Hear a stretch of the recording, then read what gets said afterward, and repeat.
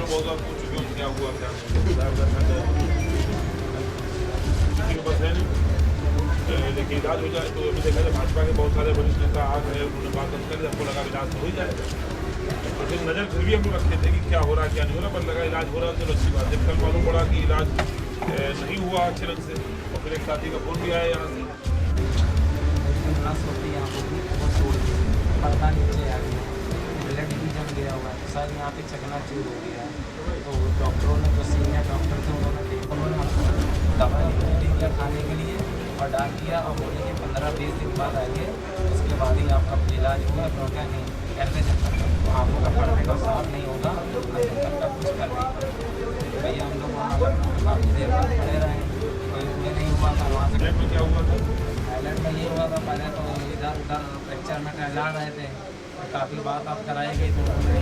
काफ़ी बड़े डॉक्टर आए थे, तो उन्होंने देखा तो उनके समझ में नहीं आया, तो उन्होंने जो सीनियर डॉक्टर थे उनको बताया, उन्होंने भी जहाँ से IAS के डॉक्टर है वो आपको वहीं से दिखाई है, तो उन्होंने उनको बताया था। यही बोला है कि क्या नाम है, आँखों का ब्लड जम भारी मतलब पटकेट की हुई, उन्होंने डॉक्टर साहब ने चेंज करके भेजी थी। तब से अभी कुछ ना मेरी ड्रेसिंग चेंज हुई है, ना कुछ टाँके कटे, ना कुछ कटे, ना ही मेरा पैर घूम रहा है, ना ऐसे घूम रहा है। तो जम्मू से भेजा गया था आपको, सरकारी व्यवस्था में भेजा गया था अपने आप आया था जी नहीं, वहाँ के गवर्नमेंट मुआवजा मिला वहाँ से, मुआवजा का अभी कुछ पता नहीं चला। तो हमने कल आपकी रिपोर्ट की साथी में भेजी मेरे पास, तो हमने कुछ व्यक्तिगत जो तो एम्स जाके दिखाना बेहतर होगा। भाई जाओ कैसे साधन नहीं है तो वो जाने वाले भर का हम अपनी जेब से दे रहे हैं, ठीक है, अपनी जेब देंगे कि भाई जाओ आ सको, कम से कम एक चले जाओ दिखा सको वहाँ पर, बेहतर राय हो जाए। और मुख्यमंत्री से मांग करेंगे कि मुख्यमंत्री जी आपके इलाज का खर्चा उठावें और आपके परिवार मदद करें, यह मांग मदद कर पा रही है। पर ना हमारे सरकारी अस्पतालों में इतने डॉक्टर हैं जो इन चीज़ों का इलाज कर सकें, ना हमारा आतंकवाद को रोकने की कोई क्षमता है, ना घायल की मदद करने की क्षमता है, ना मेरे पास सरकारी अस्पताल में डॉक्टर और दवाएँ हैं, जब कुछ भी नहीं हम बरसात कर क्या रहे थे। पर फिलहाल हम लोग जो क्षमता अपनी है कुछ मदद हम आपके आदमी करते हैं ताकि आप जा करके अपने आँख का इलाज इसमें करा सकें। आप इसलिए दे रहे ताकि सरकार को शर्म आ जाए, शायद सरकार वाले आ जाए, इसलिए हम कर रहे इसका हो।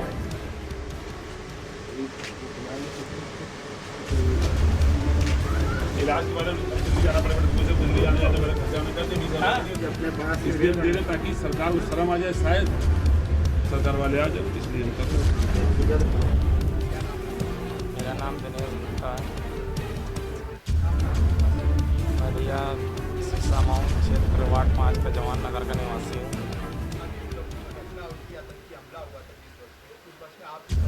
जी मैं भी था। घटना से ये कि मैं बाबा के दर्शन करके कटरा के लिए वापस जा रहा था, सियासी जगह पे ही एक जगह पड़ती है, आतंकियों ने अचानक से हमला बोल दिया था, उसमें उन्होंने काफ़ी फायरिंग करी, गोली वोली, तो हम लोग नीचे बैठ गए थे, उसमें ड्राइवर को गोली लगी तो बस हमारी खाई में पलट गई 2 बार में, उसमें काफ़ी ज़्यादा चोटें हैं, काफ़ी गंभीरता से घायल हो गए थे। तो जब हल्का फुल्का उठने की कोशिश कर रहे थे तो वो लोग 15-20 मिनट तक नीचे उतर के गोली बारूद कर रहे थे, और उन्होंने मेरी टांग पे 2 गोली मार दी थी और मेरी टांग टूट गई थी, मैं जख्मी हालत में वहीं पड़ा था,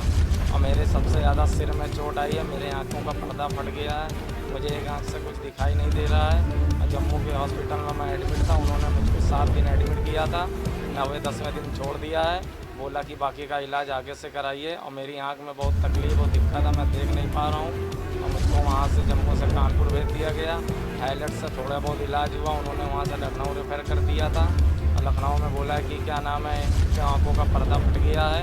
इनकी 15-20 दिन दवा चलेगी, और दवा खिलाई उसके बाद ही कुछ कर पाएंगे। उन्होंने हमको वहाँ पे एडमिट नहीं लिया, मैंने ही अपने ही पैसे से एम्बुलेंस करके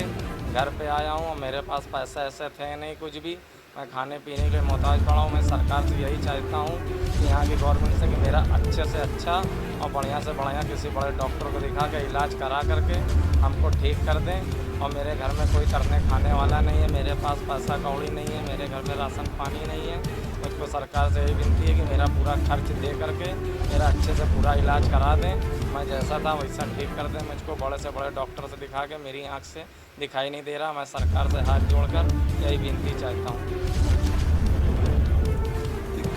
का एक नौजवान दिनेश, ये जम्मू के पास ये घायल हो गया था आतंकी घटना में। शिवपुरी दर्शन करने गया था, वहाँ एक घायल हो गया। हम लोग संज्ञान में मामला आया था, लेकिन हमने देखा कि भारतीय जनता पार्टी के बहुत सारे नेता उसके घर आए,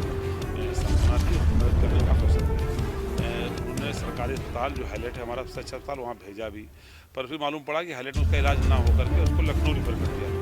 तो उसका इलाज लखनऊ में भी नहीं हुआ। कल के समाचार पत्रों में मुझे मालूम पड़ा कि लखनऊ में भी उसका इलाज नहीं हो पाया, परिवार निराश होकर लौट आया। इसकी किसी प्रकार की कोई आर्थिक मदद नहीं हुई और परिवार परेशानी की हालत में है, उसकी रोटी बंद पड़ी है और इलाज भी नहीं हो पा रहा है। तो ऐसे में हम समाजवादी जो पार्टी के हमारे कार्यकर्ता साथी हैं, उन्होंने खबर करी कि ऐसी परेशानी है, तो हम लोग आज मौके पर आए हैं। हमने देखा है कि किस प्रकार से आतंकी घटना में घायल की कोई मदद सरकार द्वारा नहीं हो पाई। वो सरकार जो 10 साल से वो ना आतंकवाद को काबू कर पाई,